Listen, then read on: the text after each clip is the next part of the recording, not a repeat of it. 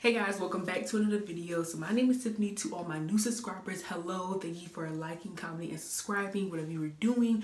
I really and truly appreciate it. To all my OG subscribers, you already know what to do, boo. Hey, what to do. Hey, so you guys, what I want to say is that I haven't done a crochet braid video since the summertime. No, since May-ish, June-ish or whatever.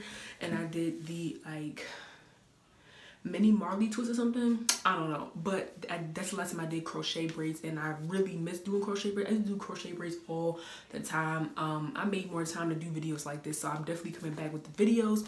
But let me just go ahead and tell y'all all about this hair and the process that I went through, and then I'm gonna roll the clip after, you know, just show you how I did my hair, all that good stuff like that. Alright, you guys, so I had the Beshe Jerry Curl in 10 inches, and I got 2 packs at a number 4. So when I went into the beauty supply store, you know, I was kind of hesitant to just buy 2 packs because usually you need at least 3, but because my hair is still like in that, it's like short and going to the awkward stage because it's long. It's actually longer than what it looks on camera. So what I did for this style, because once I realized that my hair was long enough to do crochet braids, I went ahead and just took some rubber bands and I just sectioned my hair into probably about 10 to 15 sections. I don't know, I didn't count, but I have about 10 to 15 sections that I have, and I basically just took the crochet hair and just pulled it through the little section and made sure like my hair, the little bun part, was covered, because of course my hair is super bright and I got brown hair,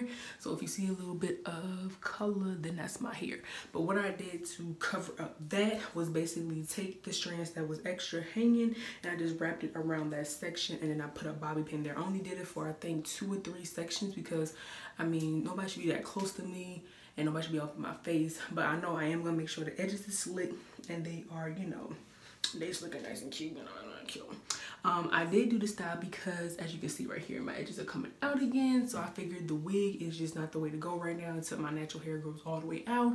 But the style didn't take me no more than about 30 minutes. Like I said, that's even with me doing the sectioning for the parts and all that, about 30 minutes, and I paid about $24 for both packs of hair. Now, if you want it even fuller than this, because this is like a natural look right here, this is really natural looking, then you could get 3 packs, but I think 2 packs will be good. But on the safe side, buy 3, and then, you know, just keep if you don't use other packs, just keep it for the next time that you decide to do braids. What I will say about this hair, do not pull too much because it'll get bigger and then it'll start to get frizzy. Like, I don't know if you guys can see it.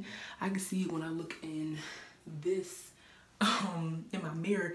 That's a little frizzy, like right here. I don't know if you guys can see, it's a little frizzy already, and it's not too much that you can put on it to keep the frizz from doing all that. So I would just say use some oil sheen and just don't pull it, don't play with it, just leave it the way it is because it looks good the way it is. Yeah, so this was a quick easy style, and for me with a teeny afro, like, it was a must because I love my natural hair. But honey, let me tell you, it's been a struggle. Struggle. Anywho, so I'm gonna go ahead and let y'all get into this video. Don't forget to comment, like, and subscribe if you would like to, and stay tuned for my upcoming videos, and I'll see you all in my next one. Let's go.